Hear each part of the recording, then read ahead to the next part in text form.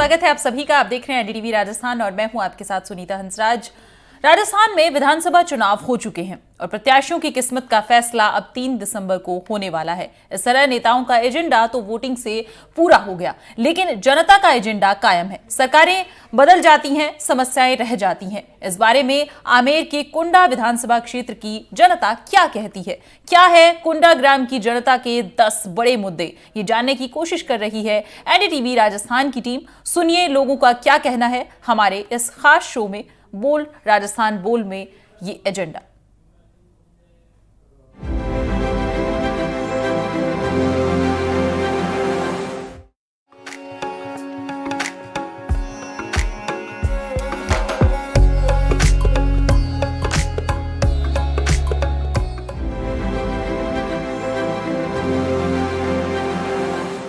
नमस्कार, आपका स्वागत है। मैं हूं वीरेंद्र सिंह शेखावत। एनडीटीवी का स्पेशल शो बोल राजस्थान बोल एजेंडा क्या है का इसका हम कुंडा ग्राम पंचायत में पहुंचे हैं, जहां पे हम लोगों से पूछेंगे उन्होंने अपने मत का उपयोग किया है, किन मुद्दों को लेके किया और यहाँ 10 बड़े मुद्दे क्या रहने वाले हैं इस बार के, जो कह सकते हैं कि विधानसभा चुनाव में अपने मत का प्रयोग किया है उसको लेकर।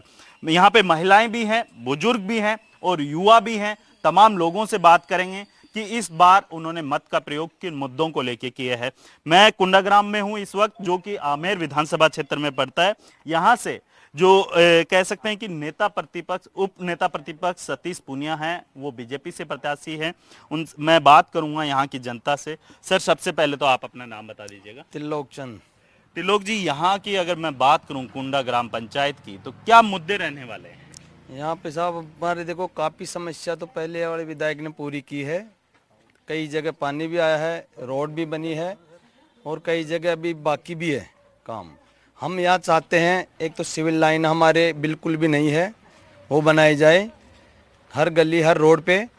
दूसरा पानी की कुछ समस्या है, वो पूरी करी जाए। बिल्कुल बिल्कुल। और मैं आपसे भी जानूंगा, जैसे इन्होंने बताया कि सिविल लाइंस की दिक्कत है, यहाँ पे सिविल लाइन नहीं है गंदे पानी की निकासी के लिए, रोडें भी नहीं है। इसके अलावा और क्या मुद्दे हैं कुंडा ग्राम पंचायत? यहाँ पे सर जी एक तो सरकारी कोई हॉस्पिटल नहीं है, नई बच्चियों के लिए कोई सुविधा है, तो हम ये चाहते हैं ये भी अपना पूरा।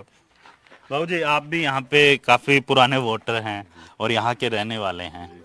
जैसे इन्होंने बताया कि काफ़ी ऐसी समस्याएं हैं जो बालिकाओं के लिए स्पेशली, मतलब स्कूल भी नहीं है, इसके अलावा हॉस्पिटल भी नहीं। और क्या मुद्दे हैं जिसको लेके आपने अपने मत का प्रयोग किया है? मतलब ऐसा है कि पुराने जो विधायक जी थे काफ़ी काम किया है।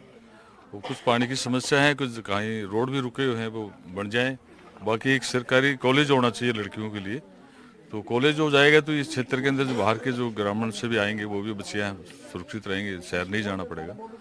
और बाकी अच्छा काम किया उन्होंने, पहले भी 10 साल के अंदर अच्छा काम किया। आर्य ने भी काम किया था और पीछे भी काम किया था। अभी भी हमने जो पोलिंग की है वो इसी मकसद से की है कि जो हमारे आगे के जो कितनी पोलिंग परसेंटेज रही है? परसेंटेज हमारे बूथ के अंदर 3 बूथ थे हमारे कुंडा में। एक में 74 में 80 रही है, 75 में 81 रही है और 76 में 69 रही है। कुल मिला के अच्छी वोटिंग रही। मेरे साथ युवा भी हैं जिनसे मैं बात करूंगा। युवा होने के नाते आप खुद कंपटीशन एग्जाम की तैयारी कर रहे हैं, क्या क्या दिक्कतें आ रही हैं आपको यहाँ पे? सर वैसे यहाँ पे आसपास में सभी क्या क्या दिक्कतें हैं? जैसे आप कंपटीशन एग्जाम की तैयारी कर रहे हैं, क्योंकि ये ग्राम है, ये दिल्ली रोड से टच होता हुआ है, तो क्या क्या दिक्कत है? यहाँ आसपास में सर कोई भी सरकारी सुविधाएं नहीं, जैसे कोई सरकारी लाइब्रेरी भी नहीं है और आसपास में कोई जैसे कोचिंग संस्थाएं होती है अच्छी, वो भी नहीं है यहाँ पे अपने आसपास में कुंडा में, यहाँ पे आमेर क्षेत्र में। बिल्कुल, आमेर क्षेत्र के अंदर ना ही कोई सरकारी लाइब्रेरी है। युवाओं को कंपटीशन एग्जाम करने के लिए काफ़ी दिक्कत का सामना करना पड़ता है। मेरे साथ एक और युवा वोटर हैं। आपने मत का प्रयोग किया है, किन मुद्दों को ध्यान में रखते हुए किया है और क्या यहाँ की समस्याएं हैं जो आप आए दिन देखते हैं? यहाँ पे सर कचरा की डस्टबिन की जो प्रॉपर वो नहीं हो पाती है, उनको प्रॉपर निदान हो पाए, इसको देख के किया। आप बताइए क्या समस्या है? देखिए, मैं सबसे पहले तो यहाँ से मौजूदा विधायक डॉक्टर सतीश पूनिया जी है, उनको आने के बाद बहुत सारा काम हुआ है। जैसे कि शिक्षा के मामले में बात की जाए तो 1 करोड़ से ऊपर आमेर शहर में जो भी स्कूलें हैं, उन्होंने प्रत्येक स्कूल में बहुत सारे पैसे दिए हैं। मैं कहना चाहूँगा, एक कुंडा का गांव का स्कूल था, उसमें बिल्कुल झरझर हालत में थे, बच्चे पढ़ते थे, कोई भी सुविधा नहीं थी। अभी आप चलोगे तो मैं बताऊंगा, वहाँ पे 16 लाख दे के अभी वोटिंग हुई, उसी स्कूल में हुई है। बहुत शानदार स्कूल बनी है, 2 मंजिल की बनी है, और ऐसे मानो कि बहुत शानदार स्कूल बनी है। मैं उनको बहुत बहुत धन्यवाद देना चाहूँगा। मुद्दों की अगर बात करें तो क्या क्या मुद्दे हैं, क्योंकि आप यहाँ के कुंडा ग्राम के नागरिक हैं, क्या क्या दिक्कतें आती है जिसकी वजह से आपको आए दिन समस्याएं देखने को मिलती देखो, समस्या में बताऊं कि आमेर शहर बहुत बड़ा है, इसमें करीबन हज़ारों लोग हैं, 40,000 तो वोटर आमेर शहर में। तो मैं कहना चाहूँगा, राज्य सरकार ने भी सैटेलाइट हॉस्पिटल घोषित किया है आमेर हॉस्पिटल को।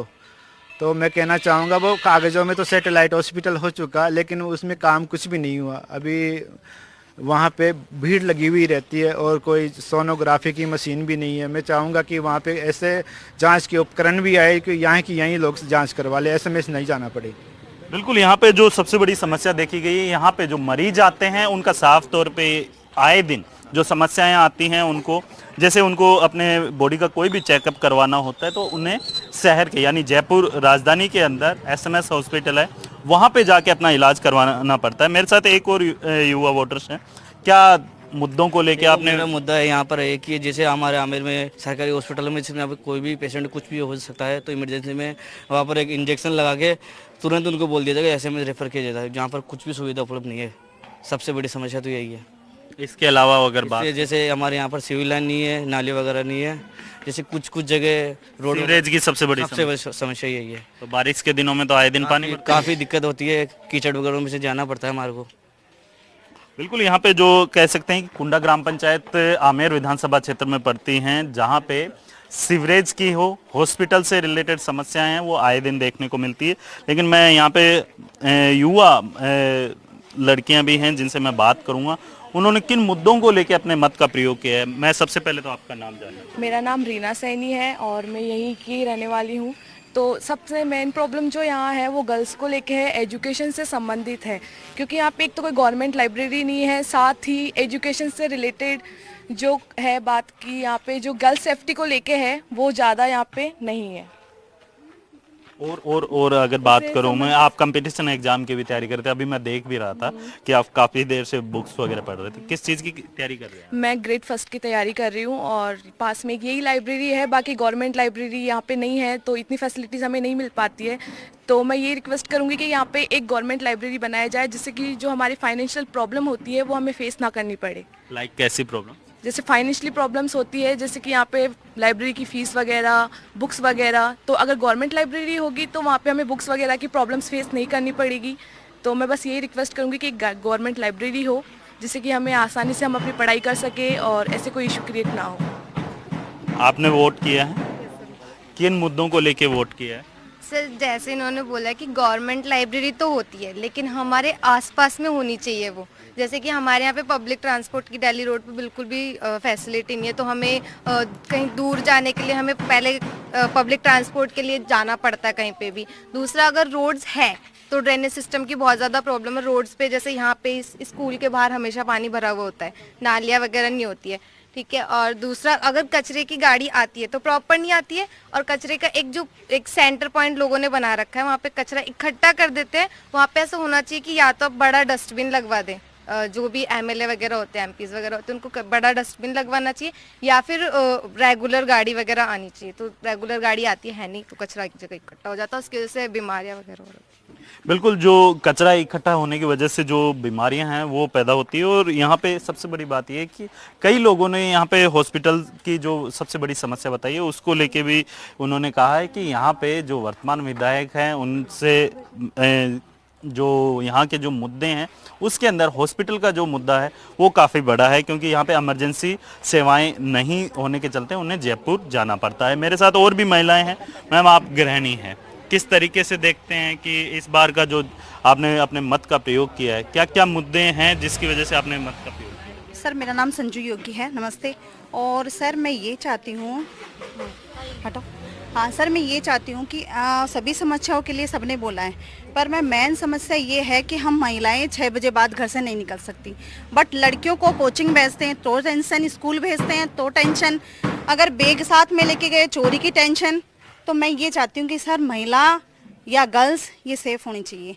हाँ, हमारे आने वाले विधायक, पहले वाले विधायक बहुत अच्छे थे, बट मैं अभी यही उम्मीद करती हूँ कि वैसा तो ही आपने महिला कह सकते हैं कि सुरक्षा को लेके आपने अपने मत का प्रयोग किया है। हाँ सर, तो ये इसलिए हमने मत का प्रयोग इसलिए किया है कि हम महिलाएं सुरक्षित रहें, क्योंकि आज हम बेटियों को स्कूल भेजते भी हम टेंशन करते हैं, चाहे केंद्र में चाहे राज्य में कहीं भी विधायक आए, ऐसा आए कि जो लड़कियों को, औरतों को सेव करे, हम अच्छे से अपने राजस्थान को चमन कर सके, अच्छे से मतलब स्कूलों में भेज सकें, लड़कियों को कोचिंग भेज सकें और भी सारी चीज़ें करा सकें।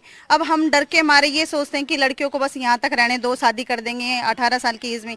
सर, ये हमारी सोच को बदले, हमारे विधायक से हम ये उम्मीद करते हैं। पहले वाले विधायक ने रोड एक बात आपने अच्छी कही कि लड़कियों का ये नहीं है कि उनकी शादी की उम्र होने के बाद शादी करे और फिर उन्हें शादी करके भेज दिया जाए। लेकिन आपने ये कहा कि जैसे बच्ची ने भी कहा था कि यहाँ पे रोजगार को लेके क्या क्या अवसर है, क्योंकि ये टूरिज्म सिटी के नजदीक पड़ता है, तो क्या क्या रोजगार के है? सर, ये भी है कि लड़कियों को और औरतों को रोजगार का भी कराना चाहिए। हमारे विधायक से ये भी हम उम्मीद करते हैं, क्योंकि रोजगार के लिए औरतें मतलब 8-8, 10-10 हजार में ही सुबह से लेकर शाम तक, पर वो भी नहीं होना चाहिए सर।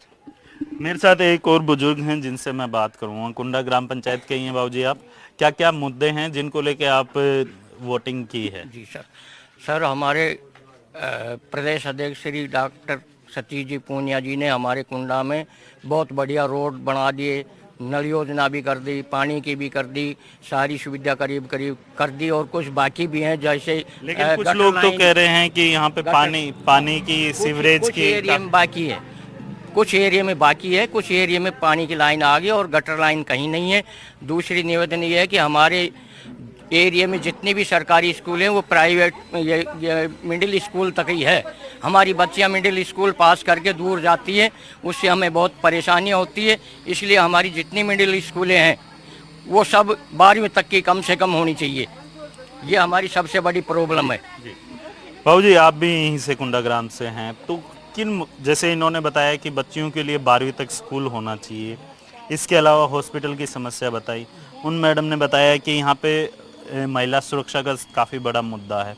तो आप किस तरीके से देखते हैं, इस बार आपने मत का प्रयोग किया है, किन मुद्दों को ध्यान में रखते हुए, क्या विकास रहेगा इस बार, विकास को देखते हुए आपने अपने मत का प्रयोग किया? हाँ, हमने अपने विकास को देखते हुए ही मत किया है और हम चाहते हैं कि हमारे यहाँ मूलभूत सुविधाएं जो है वो बहुत ही कम है और क्षेत्रों के मूलभूत सुविधाएं लाइक जैसे कि रोड का भी है, सिविल लाइन का पानी जगह जगह जमा हो जाता है, पानी नहीं है, रोजगार की सुविधाएं नहीं है। हमारी बहन बेटियां जो है जो रात को 6 बजे बाद निकल नहीं पाती है, उनकी सुविधाओं के लिए कुछ भी नहीं है। स्कूल है जो मिडिल क्लास तक है, उसके बाद में पढ़ने के लिए बच्चियां काफ़ी दूर दूर तक जाती है। हम चाहते हैं कि यहाँ पे हॉस्पिटलाइजर, शिक्षा की सुविधा ये पूर्ण रूप से मिले हमारे को, ताकि यहाँ के भी बच्चे विकास कर सके और आगे बढ़ सके। तो हमारा मुद्दा यही रहेगा। देखिए, जो कुंडा ग्राम पंचायत है वो आमेर विधानसभा क्षेत्र के अंदर आती है और इसमें जो महिलाएं हों या पुरुष हो या फिर तमाम जो लोग हैं, उनका साफ तौर पे ये कहना है कि यहाँ पे जो मूलभूत सुविधाएं होती हैं, यानी कि पानी को लेके, सड़क को लेके, इसके अलावा अगर आप देखेंगे कि यहाँ पे जो बालिका शिक्षा है उसके लिए पूर्ण रूप से जो कह सकते हैं कि इस जो स्कूल है वो नहीं होने के चलते उन्हें दूसरे इलाकों में जाना पड़ता है और उसको लेके उनके जो पेरेंट्स होते हैं उनको काफ़ी दिक्कत होती है। एक सबसे बड़ा खर्चा है कि उनका जो आने जाने का यानी ट्रांसपोर्ट का जो खर्चा होता है वो भी बढ़ता है और उनका जो घर खर्च चलाने में काफ़ी दिक्कत आती है। मैं माताजी आपसे भी बात करूँगा, क्या लगता है कि किस तरीके से क्या क्या समस्याएं आती हैं जो आप आए दिन देखते हैं और किन मुद्दों को लेके आपने अपने मत का प्रयोग किया है? मत तो खाली यही है भाई, एक तो सी रोड लाइट, रोड जो जगह जगह नालियाँ बिल्कुल भी नहीं है, सिविल लाइन नहीं है, थोड़ा गला बैठा हुआ है। आप बताइए माता जी, क्या क्या समस्याएं आती हैं, नाम बता दीजिए। जैसे यहाँ पे ना आंगनवाड़ी केंद्रों की कमी है, एक जहाँ पे महिलाओं को टीकाकरण की सुविधाएं मिलती है और पोषाहार सैनिटरी पैड संबंधित वो सुविधाएं पूरी नहीं मिल पा रही है। और एक आंगनवाड़ी केंद्र में जो कार्मिक है, मानदेय कर्मी, उनका वेतन बहुत कम है, तो उसको भी बढ़ाया जाए। ये तो पूरे प्रदेश में है समस्या। हाँ, तो हम चाहते हैं इसका समाधान। यहाँ की समस्या यहाँ तो जैसे आंगनबाड़ी आपने मत केंद्र का प्रयोग किया है, तो किस तरीके से क्या मुद्दे रखे हैं जिसकी वजह से ऐसे नालियों की सुविधा नहीं है एक तो यहाँ पे सिविल लाइन है ना, और एक रोड लाइटें भी अधिकतर कई खराब है, कई जगह सही है, तो उन सभी को देखते हुए किया उनका सुधार करें।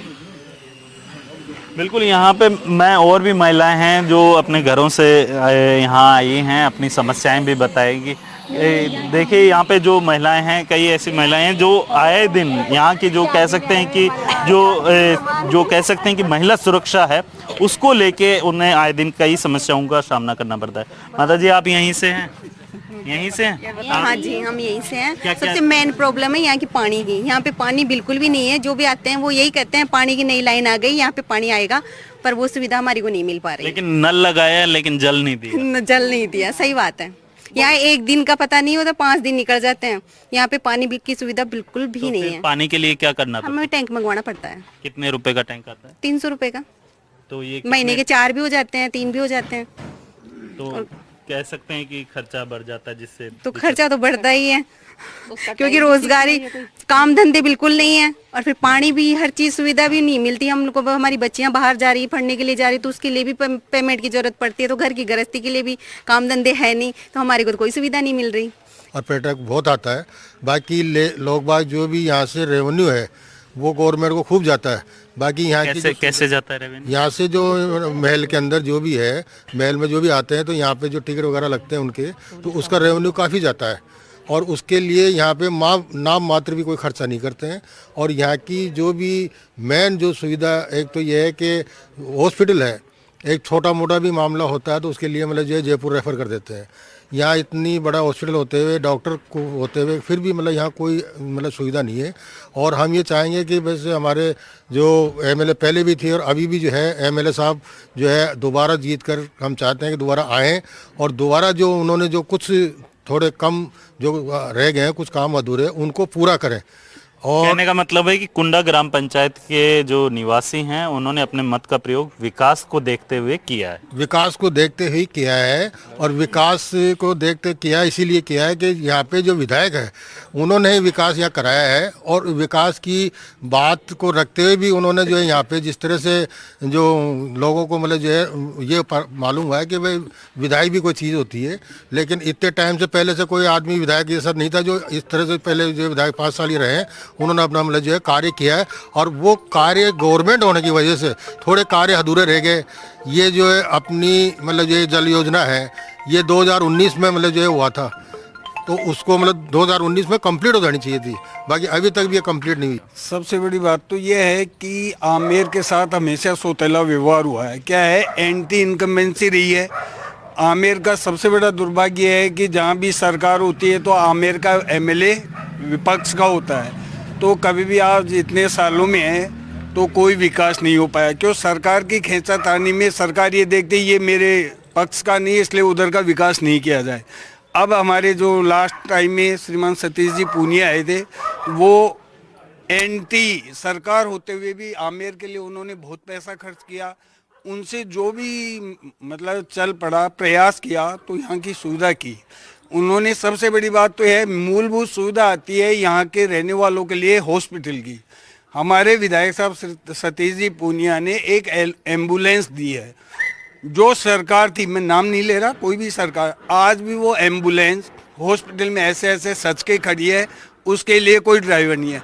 तो सबसे बड़ी मेन प्रॉब्लम तो ये है कि आमेर के लिए जो हॉस्पिटल बनाया गया है, नाम तो दे दिया सैटेलाइट। आप 6 बजे बाद, मैं झूठ नहीं बोल रहा, यहाँ की पब्लिक झूठ नहीं बोल रही, कोई भी अधिकारी आके विशेष मतलब सीरियस पेशेंट को लेके आओ, आप वहाँ कोई नहीं मिलेगा, ज़्यादा से ज़्यादा एक डॉक्टर मिलेगा, एक नर्स मिलेगी। तो टेम्परेरी एक सांत्वना देने के लिए क्या है, इंजेक्शन लगा देते हैं और फिर आगे रेफर कर देते हैं, जबकि सैटेलाइट हॉस्पिटल है। तो हमारे विधायक साहब ने तो खूब किया है, लेकिन आमेर का सबसे बड़ा दुर्भाग्य है एंटी सरकार, एंटी एमएलए। तो हमने ये सोच के अब की बार मतदान किया है कि अब की बार जो सरकार बने वही हमारा विधायक बने, तो डबल इंजन की जो सरकार होगी उससे हमारा आमेर का विकास हो। मैं आपसे जानना चाहूँगा क्या क्या समस्याएं हैं जिसको ध्यान में रखते हुए आपने अपने मत का प्रयोग किया? हमने तो वोट किया है, जैसे हमारे जानवरों का, जैसे अभी पहले सरकार ने तय किया था 40,000 एक गाय का लंपी में मर गई, कोई भी पूछने वाला नहीं आया। और जहाँ पे पशुओं का चिकित्सालय है वहाँ पे आदमी मौजूद ही नहीं मिलते हैं। कभी कहते हैं ये दवा नहीं है, वो नहीं है, लिख देते हैं बाहर की, जबकि सरकार जो पशु पालते हैं उनके घर में जाके टीकाकरण वगैरह सारा करना चाहिए ना। वो चीज़ों की कमी सिर्फ एकमात्र हॉस्पिटल है आमेर में, उसके अलावा हमारा एरिया बहुत पशु अस्पताल है यहाँ पे? पशु अस्पताल है मगर उसमें सुविधाएं पूरी नहीं मिल पाती। कैसी सुविधाएं पूरी नहीं है? जैसे जानवरों का सीमन लगवाना हुआ, जैसे रोग आ गया तो उसका टीकाकरण लगाना हुआ, उसमें पूरी सुविधाएं नहीं मिल पा रही है। हम चाहेंगे कि भाई आगे के लिए ये भी चीज़ों का रखें। दूसरा ये कि जो पहले हमारी सरकार, जो यहाँ के एमएलए थे, उन्होंने काफ़ी कुछ काम करवाया है, कुछ बाकी है, उस बाकी को पूरा कराने के लिए हमने ये वोट किया है। आमेर एक पर्यटक नगरी है, इसमें दूर दराज से पर्यटक आते हैं। हर भारत में आने वाला हर तीसरा पर्यटक आमेर में आता है। केंद्र सरकार के द्वारा 200 करोड़ रुपए आमेर को दिया गया, लेकिन ये अभी मौजूदा सरकार रही ना, उन्होंने उसको मंजूरी नहीं दी और वो 200 करोड़ रुपए कहने का मतलब है विकास कार्य नहीं हुए हैं। मैं आपसे भी बात करूँगा, एक बार फिर आपके पास लौटूंगा। जैसे इन्होंने बताया कि पशुओं के लिए प्रॉपर अस्पताल नहीं है, अस्पताल है तो वहाँ पे डॉक्टर नहीं है। वही सेम हालत है, जो हॉस्पिटल बनाए गए हैं लेकिन वहाँ पे प्रॉपर व्यवस्था नहीं है, ना वहाँ पे एमआरआई की व्यवस्था है, ना और कुछ व्यवस्था है। काफ़ी दिक्कत आती है। अगर एम्बुलेंस है तो एम्बुलेंस के अंदर यहाँ पे ड्राइवर नहीं है। तो और क्या अगर समस्याओं की बात करें इस पूरे ग्राम पंचायत में? देखो सबसे बड़ी समस्या तो ये है कि देखो पानी और सीवर की ये समस्या तो आम समस्या है, सब मेरे भाइयों ने बता दिया। और सबसे बड़ी समस्या एक और है आमेर में कि चोरियाँ और होती है कॉलोनियों में, आपराधिक घटनाएं काफ़ी होती हैं। तो इसके लिए आने वाले एमएलए से मेरी यही प्रार्थना है कि वो हर कॉलोनी में कैमरे की व्यवस्था कराए, सीसीटीवी कैमरे की व्यवस्था होनी चाहिए। लाइट का क्या सिस्टम है? स्ट्रीट लाइट तो काफ़ी हो गई, काफ़ी 40% काम हो गया, और पानी का भी 40% काम हो गया, बाकी काफ़ी काम बाकी है अभी।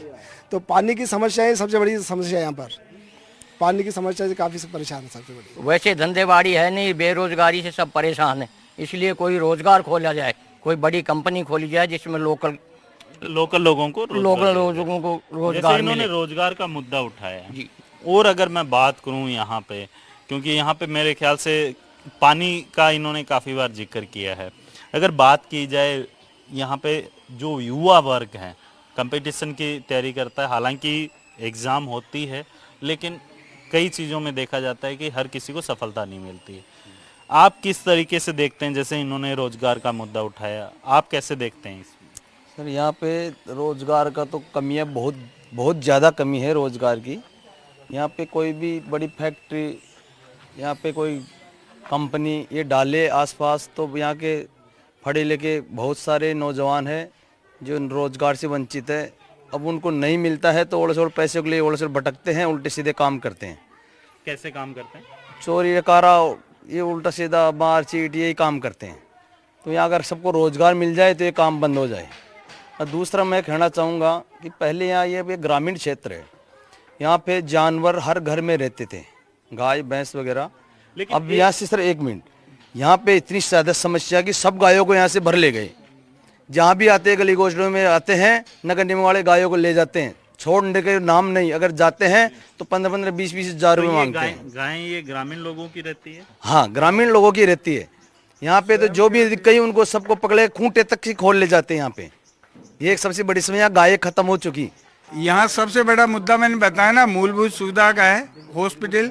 और मैं तो जो भी सरकार आए ना सर, उनसे यही निवेदन करता हूँ कि आज जैसे किसी भी क्षेत्र में जैसे रोड बनाते हैं तो कम से कम रोड के दोनों तरफ पानी निकालने की व्यवस्था करें। ये कुंडा ग्राम के तमाम जो नागरिक हैं उन्होंने अपने मत का प्रयोग विकास को ध्यान में करते हुए किया। और सबसे बड़ी बात है कि यहाँ पे जो मूलभूत सुविधाएं होती है, जैसे पानी की बात की जाए, सड़कों की बात की जाए या फिर सीवरेज नालियों की बात की जाए, इनको लेके इन्होंने अपने मत का प्रयोग किया है। और इसके अलावा अगर बात की जाए यहाँ की समस्या की, तो यहाँ पे सबसे बड़ी समस्या है हॉस्पिटल की, और जो कह सकते हैं कि जो बालिकाओं के लिए जो स्कूल है उसकी समस्या काफ़ी देखने को मिलती है।